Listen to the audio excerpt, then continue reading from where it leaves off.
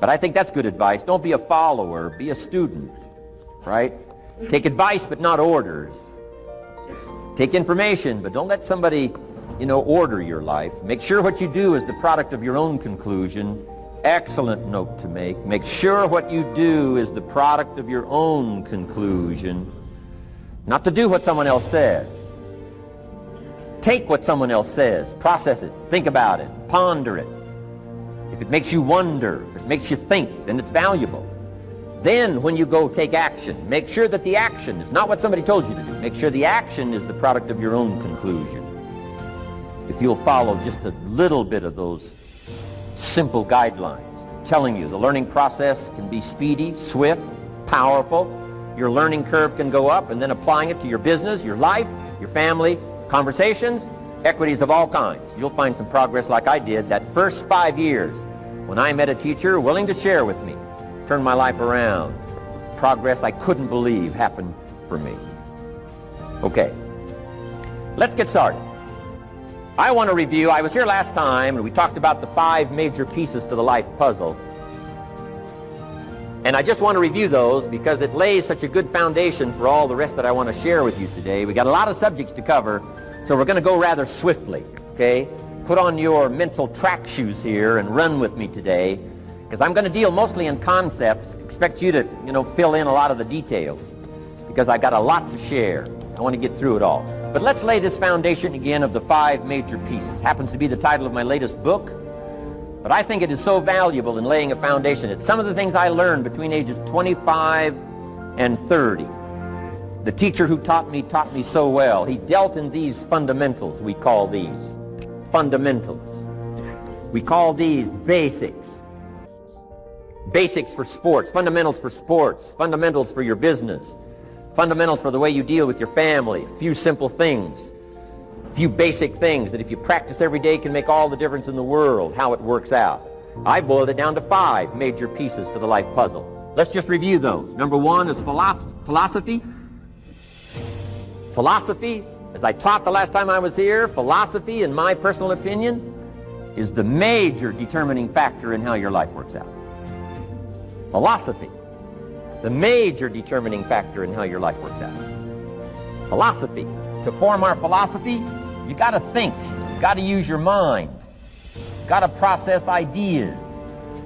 And this whole process over a lifetime, starting way back here when we were children, schools that we've attended, our parents, our experiences, all this stuff that we've processed by the thinking process helps to develop our philosophy.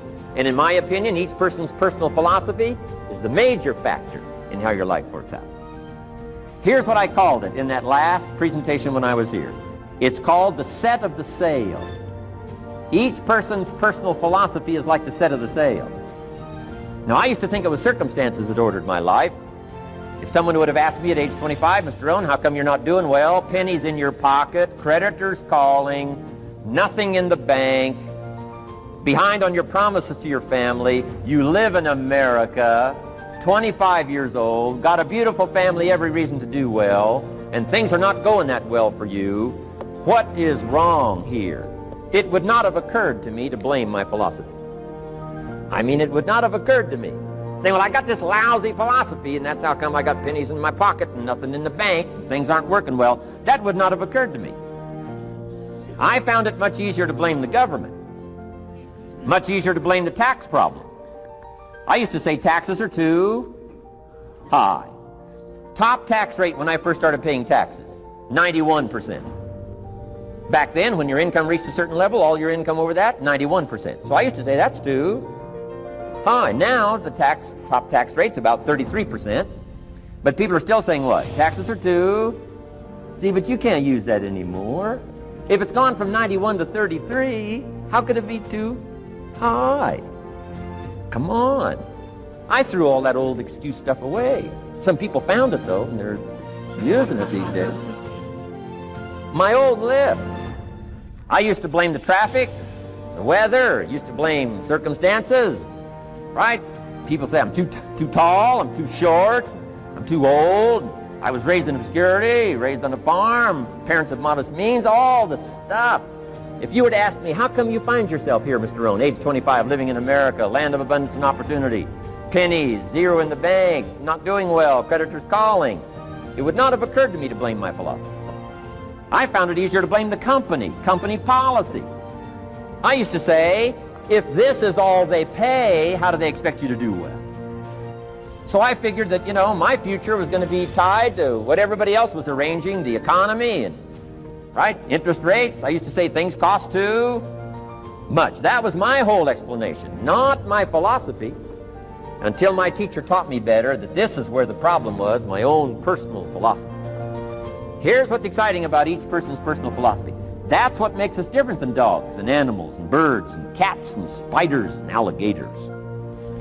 That's what makes us different than all of the life forms. The ability to think, the ability to use your mind, the ability to process ideas, and not just operate by instinct. In the winter, I'm telling you, the goose can only fly south. What if south doesn't look too good? Tough luck. It can only fly south. But see, human beings are not like a goose, can only fly south. I mean, you can turn around, go north, you can go east, you can go west, you can order the entire process of your own life. And we do that by the way we think. We do that by exercising our mind. We do that by processing ideas and come up with a better philosophy, a better strategy for our life, goals for the future, okay? Plans to achieve those goals. All this comes from developing our philosophy. Philosophy helps us to process what's available.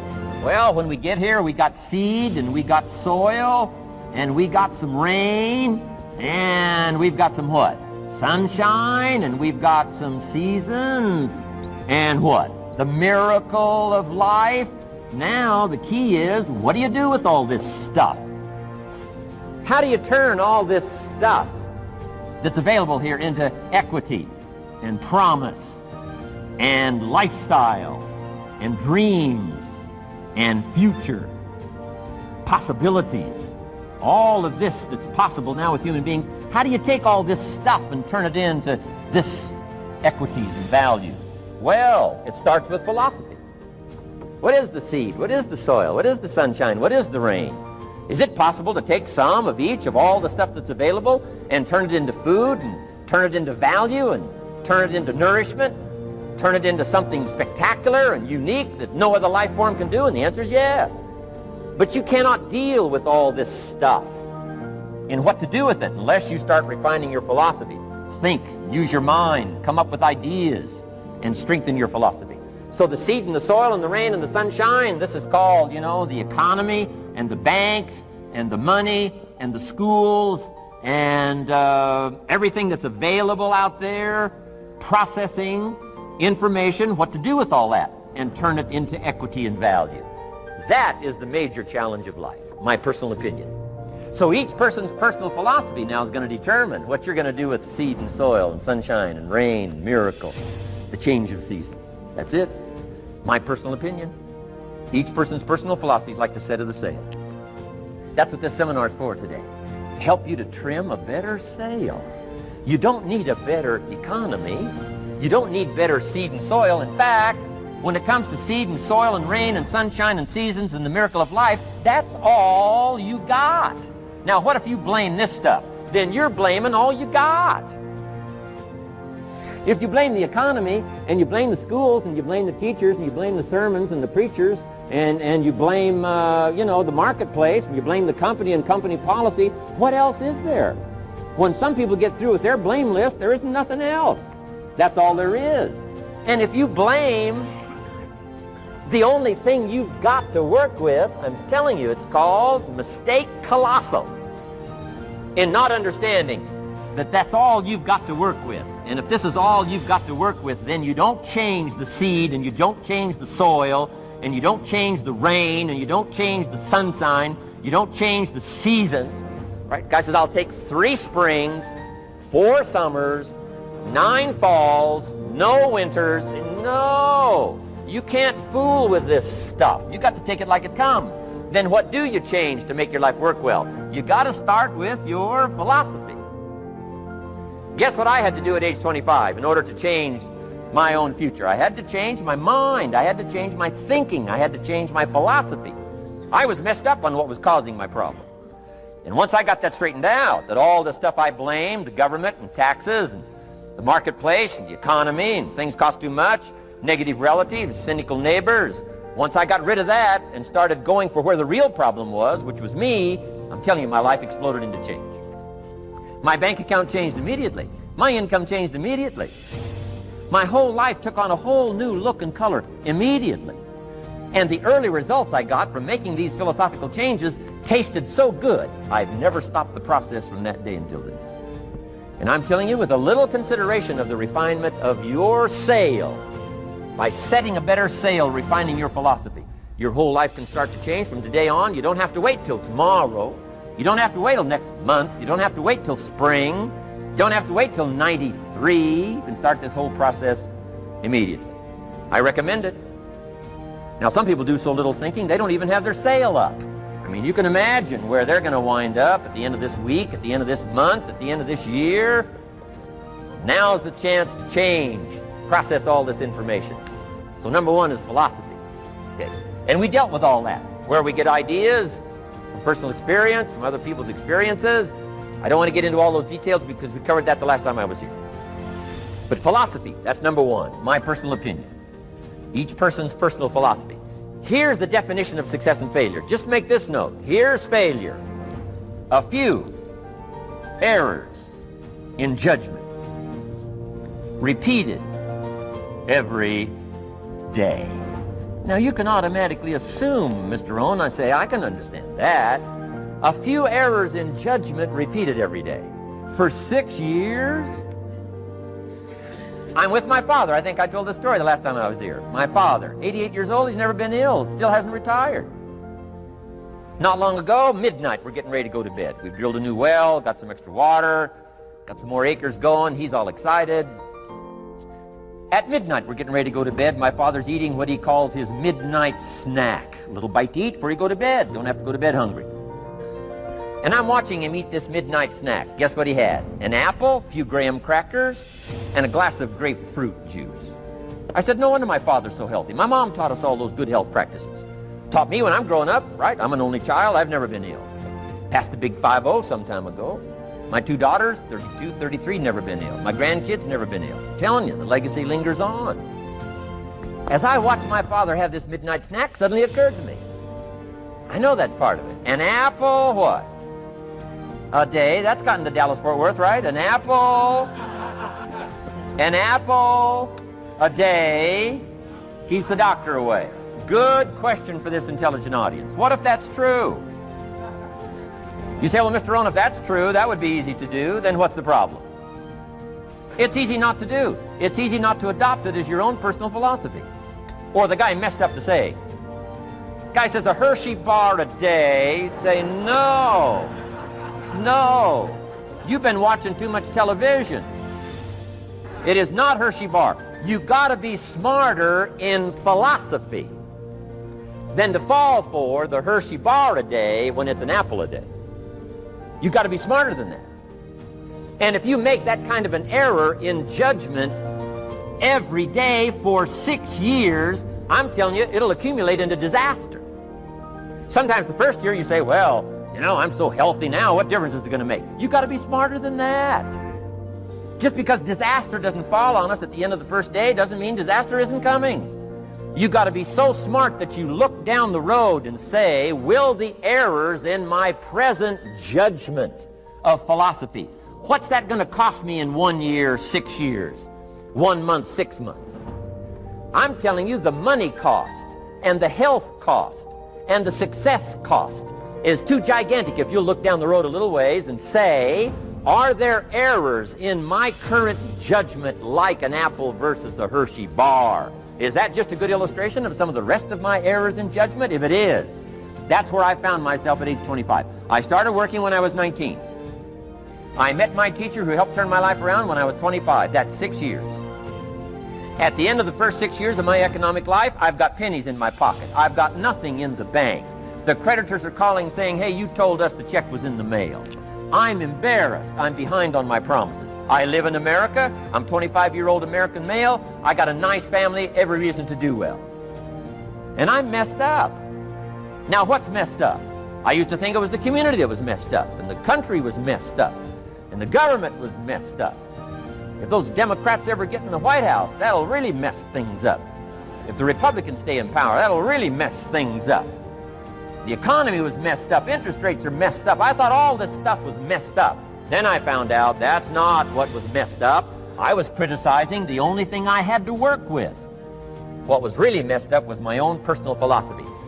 My own errors in judgment in my own personal philosophy brought me in 6 years to pennies in my pocket, nothing in the bank, and trying to explain why I wasn't doing well, living in America, 25-year-old American male, got a family, every reason to do well.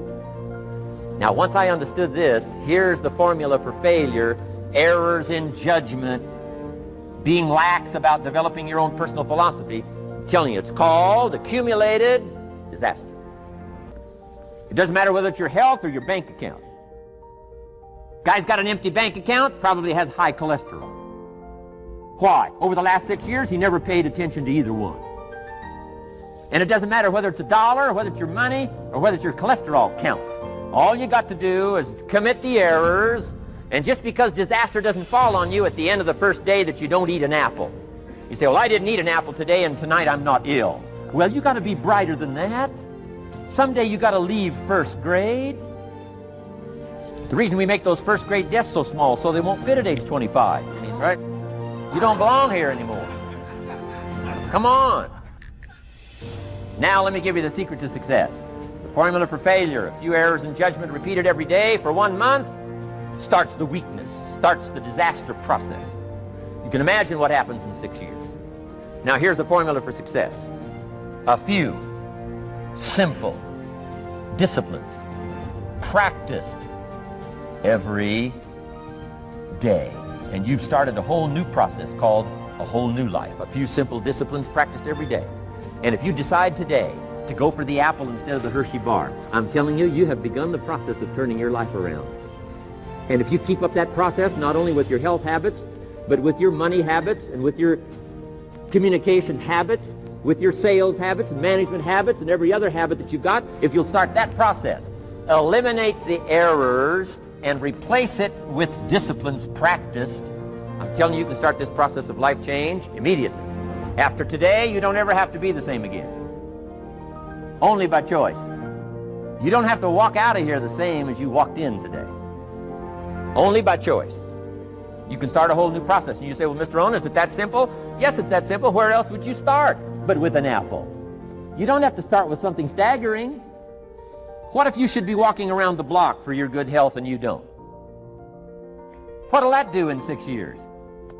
I'm telling you, the word is disaster.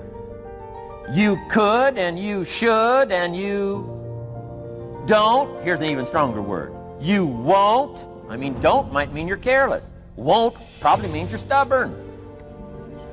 And either one's called disaster.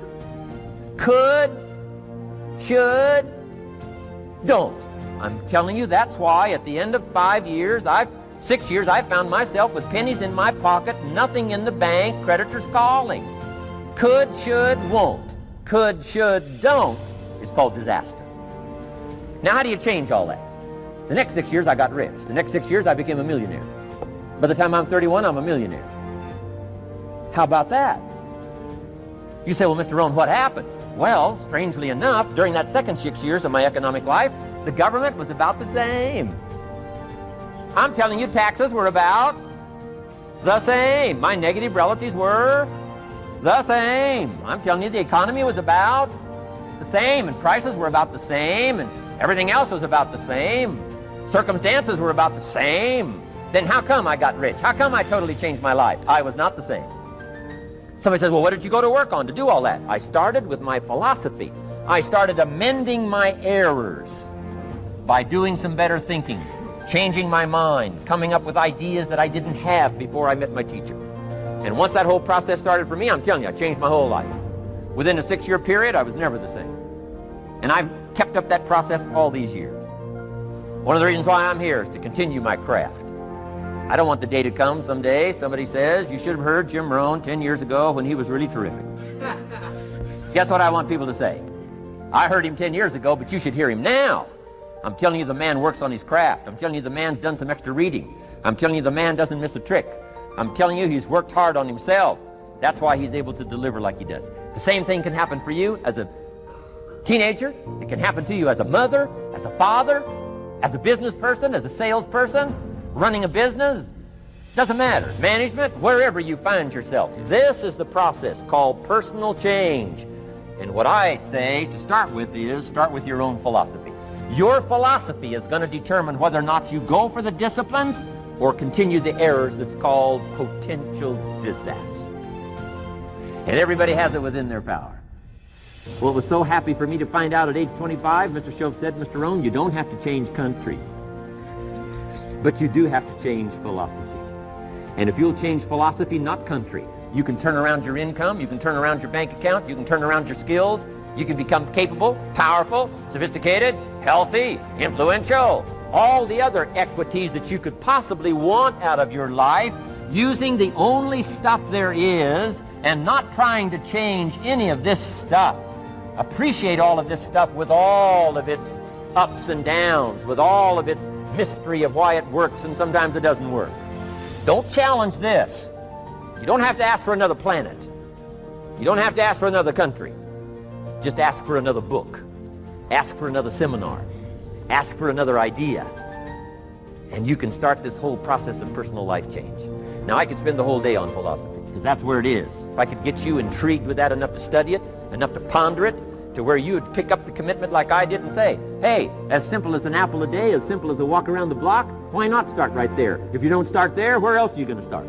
Might as well start where it's easy, and then go to the more complicated disciplines. Because if you can't handle the simple disciplines, how can you handle the complicated ones? Make it a part of your notes. We're going to consider it tonight. The word is value. And I have a little phrase for your notes. Value makes the difference in results. Value makes the difference. You can't get more time, but you can create more value. Now, here's the first lesson of economics. Everybody should learn it from the time they're old enough to understand what a dollar means, how to earn one, how to get one, how to keep one, what to do with it. First lesson of economics. We primarily get paid for value. That's lesson one. Bringing value to the marketplace, that's how you get paid. You don't get paid for the time. I know it takes time to bring value to the marketplace, but you get paid for the value, not the time. Now, since that's true, here's one of the key questions of the evening. Is it possible to become twice as valuable at the marketplace and make twice as much money in the same time? Could you become 3 times as valuable? Make 3 times as much money in the same time? Is that possible? The answer is yes, if. And it's always if, right? Life is known as the big if. Harry Truman once said, life is iffy. How true. And here's the big if we're going to consider it tonight. It's possible to do much better at the marketplace if you go to work primarily on yourself. And that's the theme of our seminar tonight. Learning to work primarily on yourself. People have asked me for the last 24 years, how do you develop an above-average income? And the answer is, become an above-average person. Develop an above-average handshake. Some people want to be successful, they don't even work on their handshake. As easy as that would be to start on. They let it slide, they don't understand. Develop an above-average smile. Develop an above-average excitement. Develop an above-average interest in other people. Develop an above-average intensity to win. See, that'll change everything. Probably one of the most frustrating experiences in life is looking for an above-average job with above-average pay without becoming an above-average person. It's called frustration.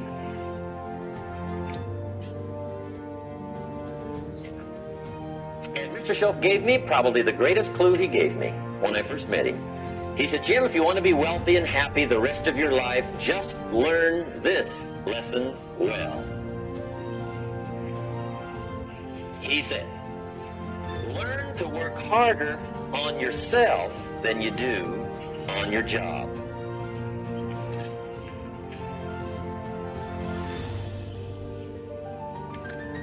Then Mr. Schoaf gave me probably one of the most important clues among so many things he taught me, but this was in those early days.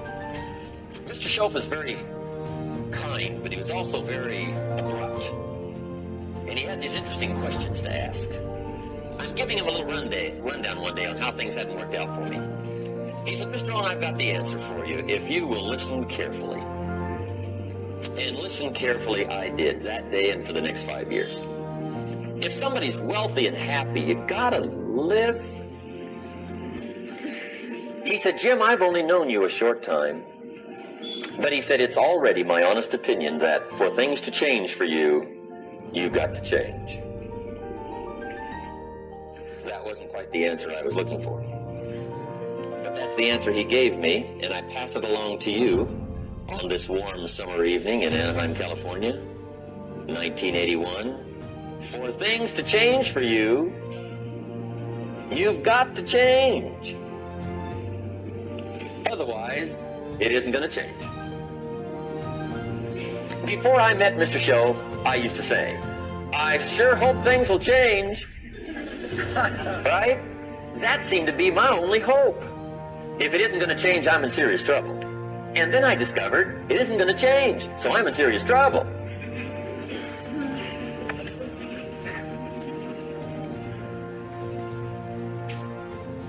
See, I can tell you what the 80s are going to be like. You have dropped into the right place. I did a seminar one time for Standard Oil executives and management in Honolulu. And we're having a conference one day on this big conference table. And one of them said to me, Mr. Rohn, you know some fairly important people halfway around the world. What do you think the 80s are going to be like? I said, gentlemen, I do know the right people. I can't tell you. So they all listened very carefully. And I said, gentlemen, based on my wide experience, I can really honestly say to you, in my opinion, in the 80s, it's going to be about like it's always been. Aren't you glad you came? That's inside. I don't pass that around just everywhere. Now, of course, I said that to make a point, but I also said it because it's accurate. It's going to be about like it's always been. It isn't going to change. The tide comes in, and then what? It goes out. For 6,500 years that we know of, recorded history, and probably long before that. So it is not going to change. It gets light, and then what? It turns dark. 6,500 years. See, it's not likely to change. And we're not to be startled by that. If the sun goes down, the guy says, what's happened, what's happened? It means he hasn't been here long, I guess, right? It always goes down about this time. The guy says, well, I don't like that arrangement. Well, you got to talk to somebody besides me, right? It gets light, then it turns dark. In rotation, the next season after fall is what? Winter. Pray tell, how often does winter follow fall? Every year regularly for the last 6,500 that we know of. See, it is not going to change. Now, some winters are long, and some are short, and some are hard, and some are easy, but they always come right after falls. It isn't going to change. Sometimes you can figure it out, sometimes there's no way to figure it out. Sometimes it goes well, sometimes it gets in a knot. Sometimes it sails along, sometimes it gets in reverse. See, that's not going to change. The last 6,000 years reads like this: opportunity mixed with difficulty. That's how it reads. It isn't going to change. The man says, well, if it isn't going to change, how will my life ever change? Answer, when you change. And whether I'm talking to high school kids or business executives, my message is always the same. And it goes like this: the only way it gets better for you is when you get better.